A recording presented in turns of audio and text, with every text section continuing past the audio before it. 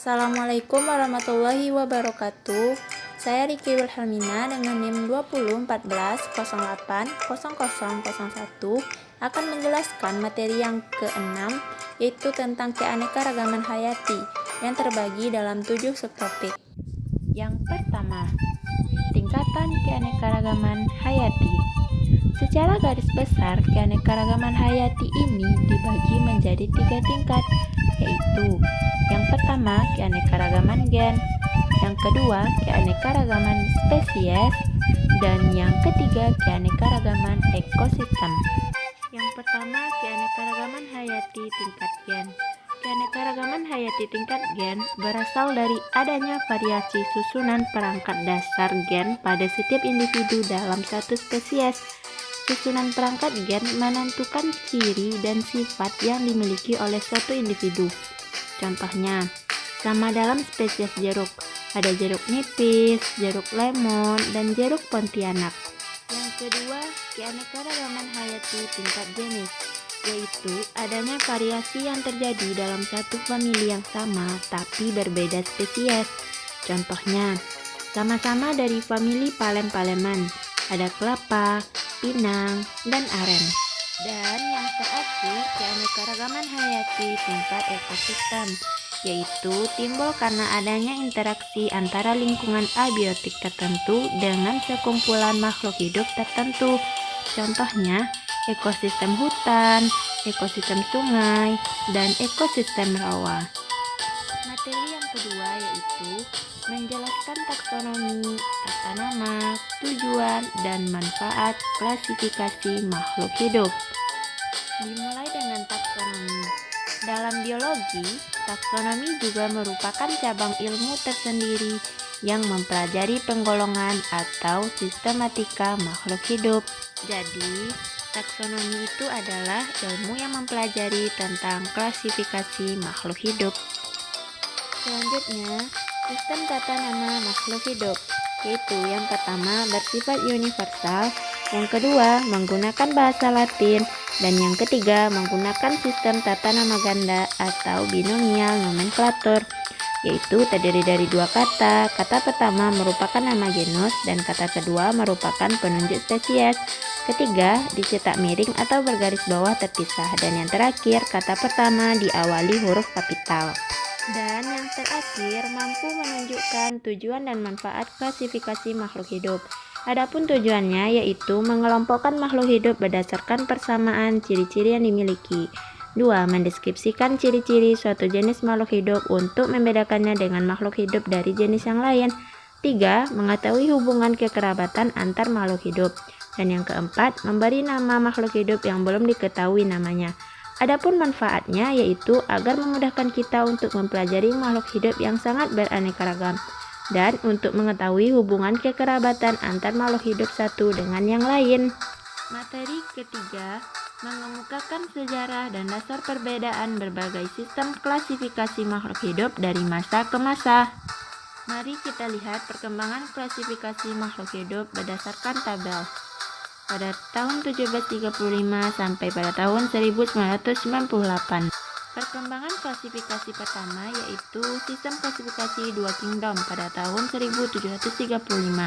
Terbagi menjadi dua yaitu ada tumbuhan dan hewan.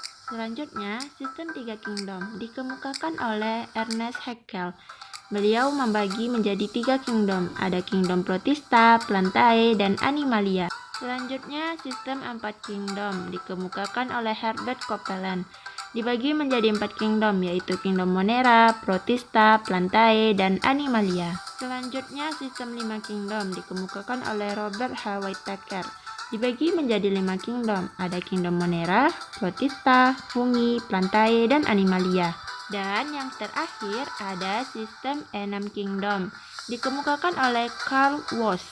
Dibagi menjadi 6 kingdom, kingdom Plantae, Animalia, Eubacteria, Archaebacteria, Protista, dan Fungi. Materi keempat yaitu menjelaskan dasar klasifikasi pada tumbuhan. Apa sih tujuan klasifikasi tumbuhan? Yaitu untuk mengetahui struktur tubuh, fungsi, cara memperoleh makanan, dan siklus hidup serta berkembang biak. Dan apa macam klasifikasi makhluk hidup?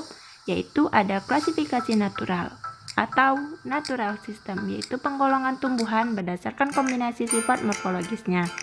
Yang kedua, klasifikasi dengan sistem buatan atau artificial system, yaitu penggolongan tumbuhan didasarkan hanya salah satu sifat umum saja terdapat pada sistem klasifikasi buatan ini.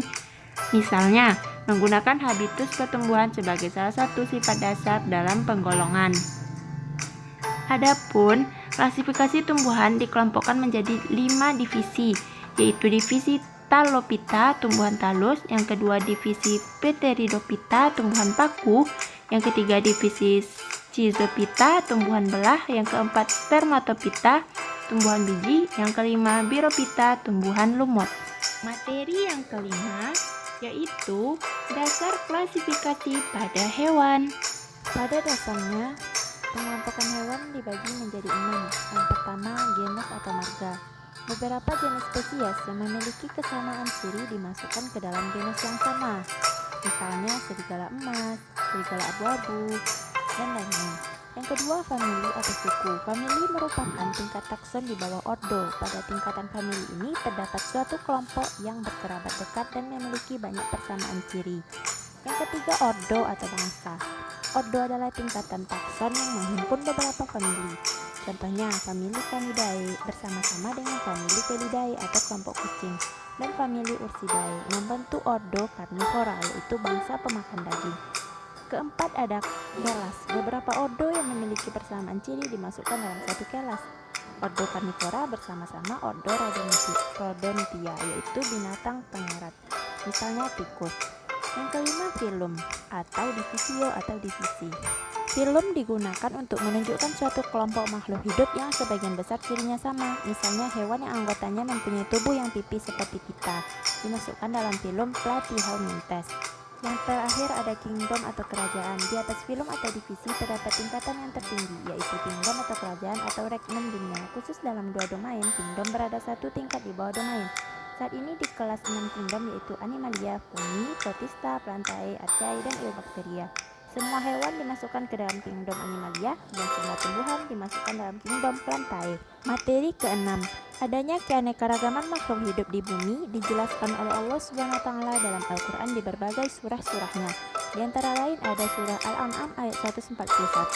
Ayat tersebut menjelaskan keanekaragaman hayati dunia Plantae. Ada beberapa jenis tanaman yang merambat seperti bialar, rotan, kangkung, tali putri, mentimun, labu, dan lain-lain. Tanaman yang beraneka ragam rasanya ada yang berasa pahit, asam, pedas, dan manis.